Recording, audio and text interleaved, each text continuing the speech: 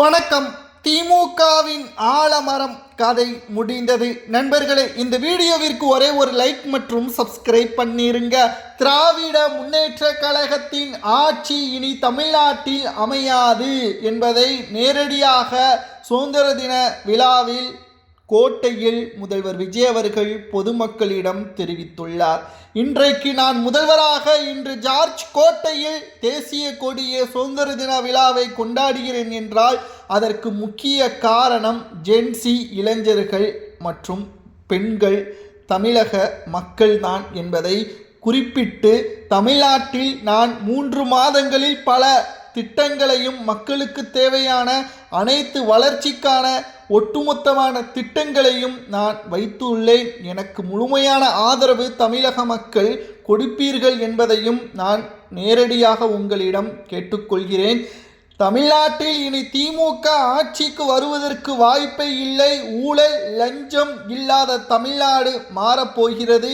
1.5 டிரில்லியனாக தமிழ்நாட்டின் பொருளாதாரம் மாறப்போகிறது என்பதை முதல்வர் விஜய் அவர்கள் சட்டப்பேரவையில் பேசியிருப்பதை போல தேசிய கொடியேற்றி சுதந்திர தின விழாவிலும் தற்பொழுது பொதுமக்களிடம் நேரடியாக உரையாற்றியுள்ளார். இதுதான் தற்பொழுது தமிழ்நாட்டில் வைரலாக இந்த செய்தி பரவியுள்ளது. காலை 8 மணிக்கே தேசிய கொடி ஏற்றுவதற்கு ஜார்ஜ் கோட்டைக்கு வந்த முதல்வர் விஜய் அவர்கள் தமிழ்நாட்டின் அரசியலில் இருக்கக்கூடிய பிரச்சனைகளை நாங்கள் 3 மாதத்திலேயே அனைத்தையும் சேகரித்து ஒவ்வொன்றாக பிரச்சனைகளை எல்லாம் முடிவிற்கு கொண்டு வந்து விட்டோம்.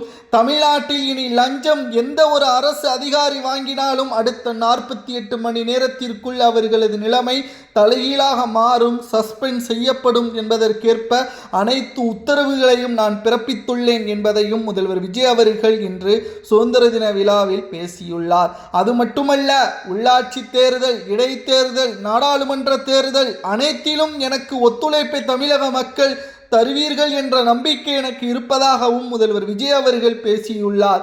மேலும் திமுக 75 ஆண்டுகால பாரம்பரியம் ஆலமரம் என்று கூறி வந்த திமுகவின் உடன்பிறப்புகளுக்கு இது ஒட்டுமொத்தமான சோகமான சுதந்திர தின விழாவாக மாறியுள்ளது. ஏனென்றால் மு.க.ஸ்டாலின் அவர்கள் இன்று வீட்டிலேயே முடங்கியுள்ளார்.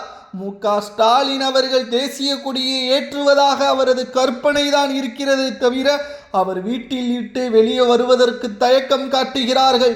மு.க.ஸ்டாலின் தோல்வியடைந்ததற்கு 3 முக்கிய நபர்கள் காரணம்.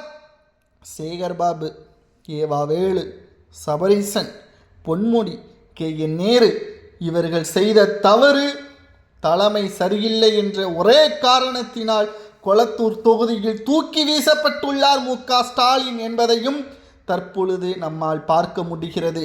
மேலும் 7 சட்டமன்ற இடைத்தேர்தல்களும் நடைபெறுகிறது.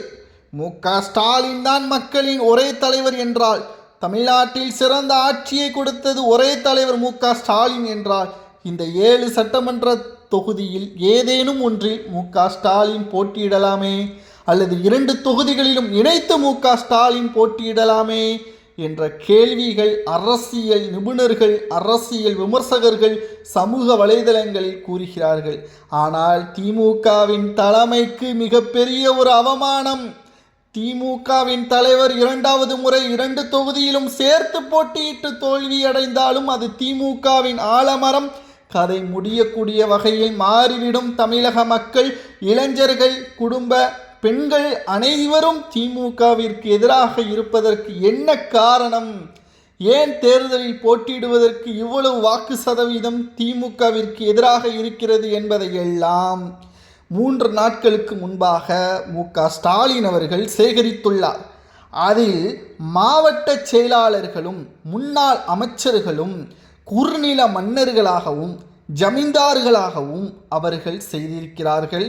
திமுகவின் ஆட்சியில் சட்ட ஒழுங்கு, தமிழக இளைஞர்கள் தவறான வழியில் செயல்பட்டதற்கும், பெண்களது பாதுகாப்பு தமிழ்நாட்டில் திமுகவின் ஆட்சியில் இல்லாமல் போனதற்கும், காவல்துறையை அவர்களது வேலையை முழுமையாக செய்ய விடாமல் அவர்களை திமுகவின் நிர்வாகிகளும் மாவட்ட செயலாளர்களும் அவர்களது கட்டுப்பாட்டில் வைத்ததற்கும் தான் திமுக இந்த மிகப்பெரிய ஒரு தோல்வியே தழுவியுள்ளது என்பதை நடைபெற்ற இரகசிய ஆய்வு அறிக்கை மு.க.ஸ்டாலின் கைக்கு சென்றுள்ளது. இதை பார்த்த உடனே கதிகலங்கிவிட்டார் மு.க.ஸ்டாலின். மேலும் சட்டப்பேரவையிலாவது ஆளும் தாவேகாவை கடுமையாக விமர்சனம் செய்வார்கள் திமுகவின் எம்எல்ஏக்கள் என்று நினைத்தார் மு.க.ஸ்டாலின் அவர்கள். 3 நாட்களுக்கு மேலாக நடைபெற்ற சட்டசபை கூட்டத்தொடரிலும் கூட மு.க.ஸ்டாலின் அவர்களது பேச்சை கேட்காமல் சட்டப்பேரவையில் திமுகவின் எம்எல்ஏக்கள் மீம்ஸ் மெட்டீரியலாகத்தான் மாறியிருக்கிறார்கள். இதுதான் மிகப்பெரிய அளவில் மனவேதனை அடையக்கூடிய வகையில், மனதில் காயங்கள் ஏற்படக்கூடிய வகையில் மு.க.ஸ்டாலினுக்கு அமைந்துள்ளது. இதிலிருந்து மீண்டு வர மு.க.ஸ்டாலினால் நிச்சயம் முடியாது. நான் கூறுகிறேன், திமுகவின் மு.க.ஸ்டாலின் அவர்களது தலைமை பொறுப்பில் இனி ஒரு தேர்தலில் கூட திமுக வெற்றி அடைவதற்கு வாய்ப்பே இல்லை. ஏனென்றால் உதயநிதிக்கு துரோகம் செய்துவிட்டார் அன்பில் மகேஷ் பொய்யாமொழி என்று இருவரும் தற்பொழுது கருத்து வேறுபாடின் காரணமாக பேசாமல் இருக்கிறார்கள். மறுபக்கம் மதுரை மத்தியில் தனது கட்டுப்பாட்டில் இருந்ததாக கூறிய பிடி பழனிவேல் தியாகராஜன் அவர்கள், ஓட்டிற்கு நான் ₹1 கூட கொடுக்க மாட்டேன், திமுகவை யார் வேண்டுமானாலும் கொடுக்கட்டும், நான் ₹1 கூட கொடுக்க மாட்டேன் என்று கூறிய பிடி பழனிவேல் தியாகராஜன் தோல்வி அடைந்ததோடு அமெரிக்காவிற்கு சென்று விட்டார். அவர் என்ன கூறினார் தெரியுமா? அவர் அமெரிக்காவிற்கு செல்வதற்கு முன்பாக நாம் அவரை தொடர்பு கொண்டு பேசினோம். திமுகவை சுத்தம் செய்ய வேண்டும், அதற்கு பிறகுதான் தமிழ்நாட்டை சுத்தம் செய்ய வேண்டும் என்று முதல்வராக இருந்த மு.க.ஸ்டாலினிடம் நான் நிதியமைச்சராக எனது கருத்தை தெரிவித்தேன். ஆனால் உங்கள் அப்பாவை போல விசுவாசமாக மட்டும் இருங்கள், தலைமையில் தலையிடாதீர்கள், நான் பார்த்து கொள்கிறேன் என்று மு.க.ஸ்டாலின் என்னிடம் கூறி எனது பதவியை பறித்து அதிகாரமில்லாத பதவிக்கு என்னை மாற்றினார்கள். இப்பொழுது நான் சொன்னதுதான் நடந்து கொண்டிருக்கிறது என்று அவர் கூறி அமெரிக்காவிற்கே தனது பழைய வேலையான அக்கௌண்ட் சம்பந்தப்பட்ட வேலைக்கே அவர் சென்று இருப்பதாக தற்பொழுது நம்மால் பார்க்க முடிகிறது. திமுகவில் ஒற்றுமை இல்லை, தலைமையின் பேச்சை கேட்கவா என்ற ஆணவம் அவர்களிடம் இருக்கிறது. தன்னை எதிர்க்கக்கூடிய தகுதி தமிழ்நாட்டில் எந்த ஒரு கட்சிக்கும் இல்லை என்ற ஆணவம் வந்துவிட்டாலே அவர்கள் தோல்வி அடையக்கூடிய நேரமும் வந்துவிட்டது என்று கூறுவார்கள்.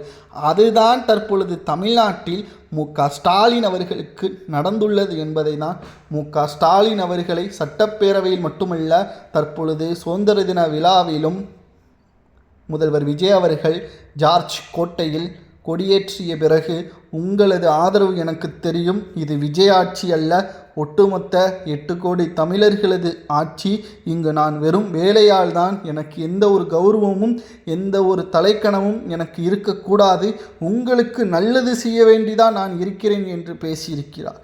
இதுதான் திமுகவின் ஒட்டுமொத்தமான தோல்வியை ஏற்படுத்தக்கூடிய முதல்வர் விஜய் அவர்களது செயல்பாடுகள்.